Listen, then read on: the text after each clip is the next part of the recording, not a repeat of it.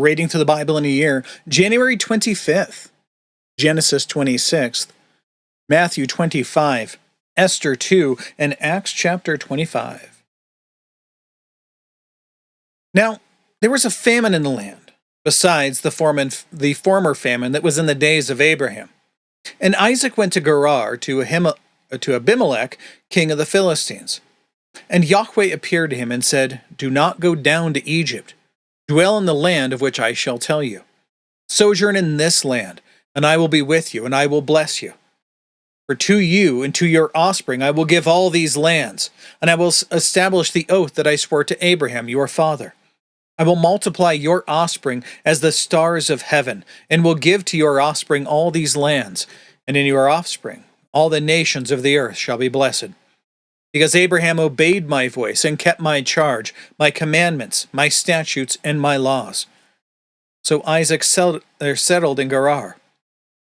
When the men of the place asked him about his wife, he said, "She is my sister." For he feared to say, "my wife," thinking lest the men of the place should kill me because of Rebekah, because she was attractive in appearance. In the Hebrew, she was hot. When he had been there a long time, Abimelech, king of the Philistines, looked out of a window and saw Isaac laughing with Rebekah, his wife. So Abimelech called Isaac and said, "Behold, she is your wife. How then could you say, 'She is my sister'?" And Isaac said to him, "Because I thought lest I die because of her." Abimelech said, What is this you have done to us? One of the people might have easily lain with your wife, and you would have brought guilt upon us." So Abimelech warned all the people, saying, "Whoever touches this man or his wife shall surely be put to death." And Isaac sowed in that land and reaped in the same year 100-fold, and Yahweh blessed him. And the man became rich and gained more and more until he became very wealthy. He had possessions of flocks and herds and many servants, so that the Philistines envied him. Now the Philistines had stopped and filled with earth all the wells that his father's servants had dug in the days of Abraham his father. And Abimelech said to Isaac, "Go away from us, for you are much mightier than we." So Isaac departed from there, and encamped in the valley of Gerar, and settled there. And Isaac dug again the wells of water that had been dug in the days of Abraham his father, which the Philistines had stopped after the death of Abraham. And he gave them the names that his father had given them. But when Isaac's servants dug in the valley and found there a well of spring water, the herdsmen of Gerar quarreled with Isaac's herdsmen, saying, "The water is ours." So he called the name of the well Esek, meaning contention, because they contended with him. Then they dug another well, and they quarreled over that also, so he called its name Sitnah, meaning enmity.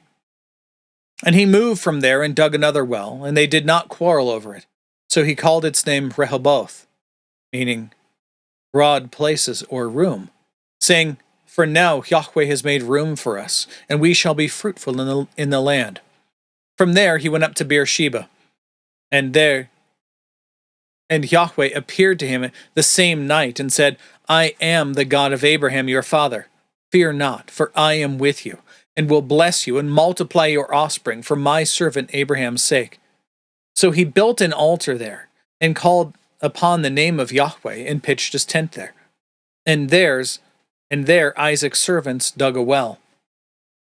When Abimelech went to him from Gerar with Ahuzath his advisor, and Phicol the commander of his army, Isaac said to them, "Why have you come to me, saying that you hate me and have sent me away from you?"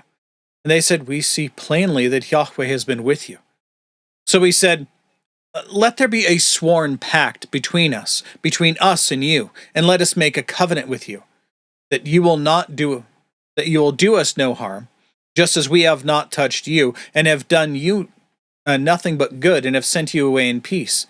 You are now the blessed of Yahweh." So he made them a feast, and they ate and drank. In the morning they rose early and exchanged oaths, and Isaac sent them on their way, and they departed in peace. On the same day Isaac's servants came and told him about the well that they had dug, and said to him, "We have found water." And he called it Sheba, meaning, or it sounds like the Hebrew term for oath. Therefore the name of the city is Beersheba to this day. When Esau was 40 years old, he took Judith, the daughter of Beeri, the Hittite, to be his wife, and Basemath, the daughter of Elon, the Hittite. And they made life bitter for Isaac and Rebekah. And that is all of the notes to here. Let's move on now to Matthew 25.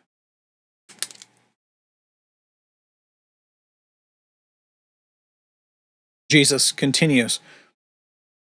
Then the kingdom of heaven will be like 10 virgins who took their lamps and went out to meet the bridegroom. 5 of them were foolish and 5 were wise. For when the foolish took their lamps, they took no oil with them, but the wise took flasks of oil with their lamps. And as the bridegroom was delayed, they all became drowsy and slept. But at midnight there was a cry, "Here is the bridegroom, come out to meet him." Then all those virgins rose and trimmed their lamps. And the foolish said to the wise, "Give us some of your oil, for our lamps are going out." But the wise answered, saying, "Since there will not be enough for us and for you, go rather to the dealers and buy for yourselves." And while they were going to buy, the bridegroom came, and those who were ready went in with him to the marriage feast. And the door was shut. Afterward the other virgins came also, saying, "Lord, Lord, open up to us." But he answered, "Truly I say to you, I do not know you. Watch therefore, for you know neither the day nor the hour. For it will be like a man going on a journey, who called to his servants and entrusted to them his property. To one he gave 5 talents. Now a talent is, it's about 20 years' wages for a laborer. Then to another 2, and to another 1, to each according to his ability. Then he went away. He who had received the 5 talents went at once and traded with them, and he made 5 talents more.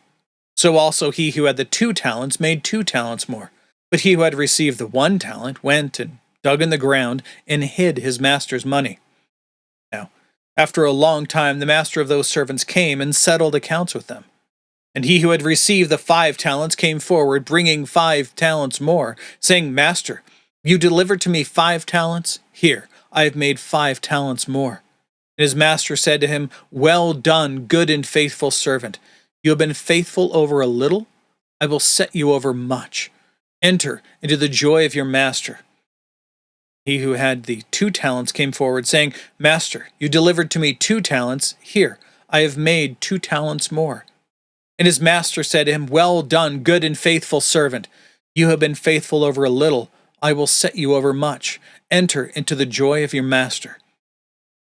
And he also, who had received the 1 talent, came forward, saying, "Master, I knew you to be a hard man, reaping where you did not sow and gathering where you gathered no seed. So I was afraid, and I went and hid your talent in the ground. Here, you have what is yours." But his master answered him, "You wicked and slothful servant. You knew that I reap where I have not sown and gather where I scattered no seed. Then you ought to have invested my money with the bankers, and at my coming I should have received what is my own with interest. So take the talent from him and give it to the one who has 10 talents. For to everyone who has, more will be given, and he will have an abundance. But from the one who has not, even what he has will be taken away. And cast the worthless servant into the outer darkness. In that place there will be weeping and gnashing of teeth. When the Son of Man comes in his glory, and all the angels with him, then he will sit on his glorious throne. Before him will be gathered all the nations, and he will separate peoples from one another as a shepherd separates the sheep from the goats. And he will place the sheep on his right, but the goats on the left. Then the king will say to those on his right, "Come, you who are blessed by my Father, inherit the kingdom prepared for you from the foundation of the world. For I was hungry, and you gave me food. I was thirsty, you gave me drink. I was a stranger, and you welcomed me. I was naked, and you clothed me. I was sick, and you visited me. I was in prison, and you came to me." Then the righteous will answer him, saying, "Lord, when did we see you hungry and feed you? Or thirsty and give you drink? And when did we see you a stranger and welcome you, or naked and clothe you?" And when did we see you sick or in prison and visit you? And the king will answer them, truly, I say it to you, as you did it to one of the least of these my brothers, you did it to me. Then he will say to those on the left, or on his left, depart from me, you cursed, into the eternal fire prepared for the devil and his angels. For I was hungry, and you gave me no food. I was thirsty, and you gave me no drink. I was a stranger, and you did not welcome me, naked, and you did not clothe me, sick and in prison, and you did not visit me. They will answer, and saying, Lord, when did we see you hungry or thirsty or a stranger or naked or sick or in prison and did not minister to you? Then he will answer them, saying, truly I say to you, as you did not do it to one of the least of these, you did not do it to me. And these will go away into eternal punishment, but the righteous to eternal life. All the notes to here. Let's move on to Esther chapter 2. After these things, when the anger of King Ahasuerus, that was a hard one to say, had abated, he remembered Vashti and what she had done and what had been decreed against her. Then the king's young men who attended him said, let beautiful young virgins be sought out for the king. And let the king appoint officers in all the provinces of his kingdom to gather all the beautiful young virgins to the harem in Susa, the citadel, under the custody of Haggai, the king's eunuch, who was in charge of the women. Let their cosmetics be given them, and let the young the young woman who pleases the king be queen instead of Vashti. This pleased the king, and he did so. Now, there was a Jew in Susa, in the citadel, whose name was Mordecai, the son of Jair, son of Shimei, son of Kish, a Benjaminite, who had been carried away from Jerusalem among the captives carried away with Jeconiah, king of Judah, whom Nebuchadnezzar, king of Babylon, had carried away. He was bringing up Hadassah, that is, Esther, the daughter of his uncle, for she had neither father nor mother. The young woman had a beautiful figure and was lovely to look at. And when her father and mother died, Mordecai took her as his own daughter. So when the king's order and his edict were proclaimed, and when many young women were gathered in Susa, the citadel, in custody of Haggai, Esther also was taken into the king's palace and put into custody of Haggai, who had charge of the women. And the young woman pleased him and won his favor, and he quickly provided her with cosmetics and her portion of food, and with 7 chosen young women from the king's palace, and advanced her and her young women to the best place in the harem. Esther had not made known her people or kindred, for Mordecai had commanded her not to make it known. And every day Mordecai walked in front of the court of the harem to learn how Esther was and what was happening to her. Now, when the turn came for each young woman to go into King Ahasuerus, after being 12 months under the regulations for the women, since this was the regular period for their beautifying, 6 months with oil of myrrh, and 6 months with spices and ointments for women. When the young woman went in to the king in this way, she was given whatever she desired to take with her from the harem to the king's palace. In the evening she would go in, and in the morning she would return to the second harem in custody of Shaashgaz, the king's eunuch, who was in charge of the concubines. She would not go in to the king again unless the king delighted in her, and she was summoned by name. When the turn came for Esther, the daughter of Abihail, the uncle of Mordecai, who had taken her as his own daughter, to go in to the king, she asked for nothing except what Haggai, the king's eunuch, who was in charge of the women, advised. Now Esther was winning favor in the eyes of all who saw her. When Esther was taken into King Ahasuerus, into his royal palace in the 10th month, which is the month of Tebeth, in the 7th year of his reign, the king loved Esther more than all the other women, and she won grace and favor in his sight more than all the virgins, so that he set the royal crown on her head and made her queen instead of Vashti. Then the king gave a great feast for all his officials and servants, and it was Esther's feast. He also granted a remission of taxes to the provinces and gave gifts of royal generosity. Great today. Now, when the virgins were gathered together the second time, Mordecai was sitting at the king's gate. Esther had not made known her kindred or her people as Mordecai had commanded her. For Esther obeyed Mordecai, just as when she was brought up by him. In those days, Mordecai was sitting in the king's gate. Or as he was sitting in the king's gate, Bigthan and Teresh, two of the king's eunuchs who guarded the threshold, became angry and sought to lay hands on King Ahasuerus. This came to the knowledge of Mordecai, and he told it to Queen Esther, and Esther told the king in the name of Mordecai. When the affair was investigated and found to be so, the men were both hanged on the gallows. It was recorded in the book of the Chronicles in the presence of the king. This is important. It comes up later. Let's conclude today in Acts 25.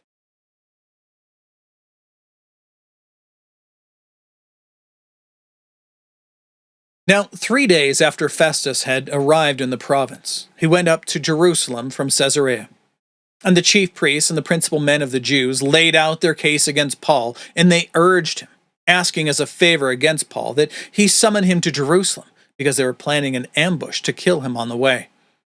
Festus replied that Paul was being kept at Caesarea, and that he himself intended to go there shortly. So, said he, let the men of authority among you go down with me. If there is anything wrong about the man, let them bring charges against him. After he stayed among them not more than 8 or 10 days, he went down to Caesarea, and the next day he took his seat on the tribunal and ordered Paul to be brought. When he had arrived, the Jews who had come down from Jerusalem stood around him, bringing many and serious charges against him that they could not prove. Paul argued in his defense, neither against the law of the Jews, nor against the temple, nor against Caesar have I committed any offense. But Festus, wishing to do the Jews a favor, said to Paul, do you wish to go up to Jerusalem and there be tried on these charges before me? Paul said, standing before Caesar's tribunal, where I ought to be tried. To the Jews I have done no wrong, as you yourself know very well. If then I am a wrongdoer, and have committed anything for which I deserve to die, I do not seek to escape death. But if there is nothing to their charges against me, no one can give me up to them. I appeal to Caesar. Then Festus, when he had conferred with his council, answered, Caesar you have appealed, to Caesar you shall go. Now, when some days had passed, Agrippa the king and Bernice arrived at Caesarea and greeted Festus. Hello, Festus. And as they stayed there many days, Festus laid Paul's case before the king, saying, there is a man left prisoner by Felix. When I was at Jerusalem, the chief priests and the elders of the Jews laid out their case against him, asking for a sentence of condemnation against him. And that means death. I answered them that it is not the custom of the Romans to give up anyone before the accused met the accusers face to face and had an opportunity to make his defense concerning the charge laid against him. So when they came together here, I made no delay, but on the next day I took my seat on the tribunal and ordered the man to be brought. When the accusers stood up, they brought no charge in his case of such evils as I supposed, but rather they had certain points of dispute with him about their own religion and about a certain Jesus who was dead, but whom Paul asserted to be alive. Being at a loss how to investigate these questions, I asked whether he wanted to go to Jerusalem and to be tried there regarding them. When Paul had appealed to be kept in custody for the decision of the emperor, I ordered him to be held until I could send him to Caesar. Then Agrippa said to Festus, I would like to hear the man myself. Tomorrow, said he, you will hear him. So on the next day, Agrippa and Bernice came in with great pomp, and they entered the audience hall with the military tribunes and the prominent men of the city. Then, at the command of Festus, Paul was brought in. Festus said, King Agrippa, and all who are present with us, You see this man about whom the whole Jewish people petition me, both in Jerusalem and here, shouting that he ought not to live any longer. I found that he had done nothing deserving death. And as he himself appealed to the emperor, I decided to go ahead and to send him. But I have nothing definite to write my lord about him. Therefore, I have brought him before you all, and especially before you, King Agrippa, so that after we have examined him, I may find something to write. For it seems unreasonable in sending a prisoner not to indicate the charges against him. That's all for today. That's all the reading and all the notes. God willing, we'll be back tomorrow. Behold, word of the Lord.